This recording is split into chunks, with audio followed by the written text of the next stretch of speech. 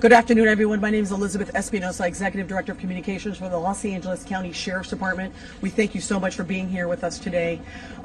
In the order of speakers that we will have today will be LA County Fire Chief Darryl Osby, and then we will have LA County Sheriff Alex Villanueva come to the podium. Thank you.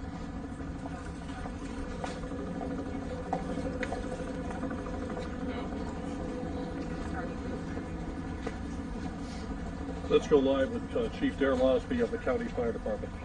Good afternoon. My name is Darryl Osby, and I'm the Fire Chief of the Los Angeles County Fire Department. I want to thank you for coming here to today's briefing of the Willow incident. Today, shortly before 10 o'clock at 9:47 a.m., the Los Angeles County Fire Department received a 911 call of a potential helicopter down in a brush fire at the intersection of Los Virgenes Road and Willow Glen Street in the city of Calabasas in unincorporated Los Angeles County. Upon arrival, our firefighters discovered approximately a quarter-acre brush fire that resulted from a crash on the hillside. The Los Angeles County Fire Department initial response was 15 pieces of apparatus and 56 personnel that consisted of paramedics, engine company, heavy rescue, truck company, hand crews, and aircraft, and a chief officer to oversee the incident. Upon arrival during the incident and upon arrival of the Sheriff's Department, our two respective departments entered into unified command to handle this incident. Our firefighters on scene indicated that there was a debris field and steep terrain with a quarter-acre brush fire that was occurring at the time. Our firefighters hiked in to the accident site with their medical equipment and hose lines to extinguish the stubborn fire, as it included the brush fire, debris from a helicopter, and the fire also included magnesium, which is very hard for our firefighters to extinguish because magnesium reacts with oxygen and water. In addition to our firefighters hiking into the incident, we had one helicopter flying to the incident with firefighter paramedics on board. Those paramedics were hoisted down to the incident early into the incident. They did a search of the area for survivors. Unfortunately, all the survivors on board were determined to have been perished. Firefighters and hand crews worked to extinguish the fire while carefully preserving the incident for investigation. Currently, the investigation is still ongoing.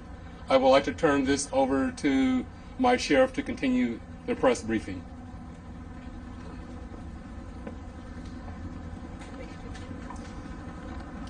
Thank you, Chief Osby.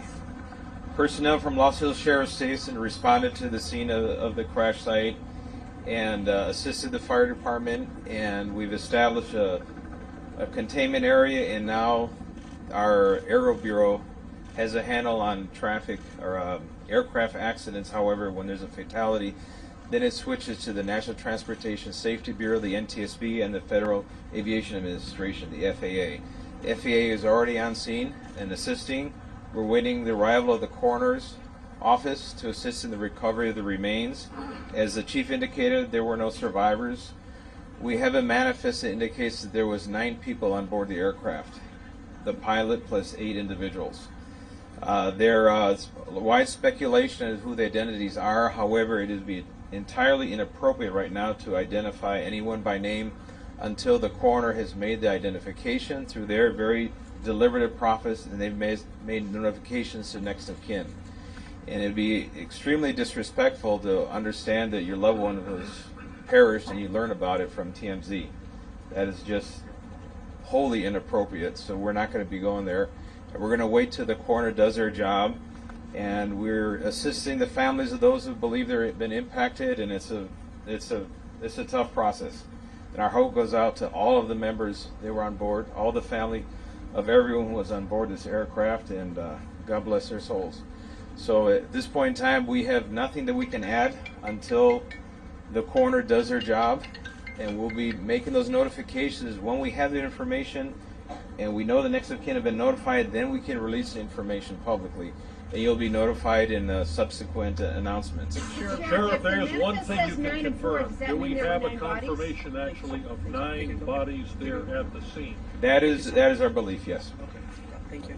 So we realize at this point there are so many questions. There's a lot of information out there, and again, we understand. There's a lot of information that's floating, but we certainly have a responsibility and an obligation, out of respect, of course, for the families. And this is a very difficult time for us all, for the city. We have the mayor here of Calabasas, also City Council. We thank them for being here, and in fact, they wanted to pass on a message that for those in the community that want to gather here and are coming to Calabasas, if you do, you are welcome to join others at the Deanza Park here in Calabasas, and the cross streets there are Los Hills and Las Virgenes. Also, the Sheriff's Information Bureau will be sending out updates as to when there will be, if there is one, a press advisory out, a notification of another press conference or any other updates through our Twitter. So please look for that. And again, we thank you so much for being here today.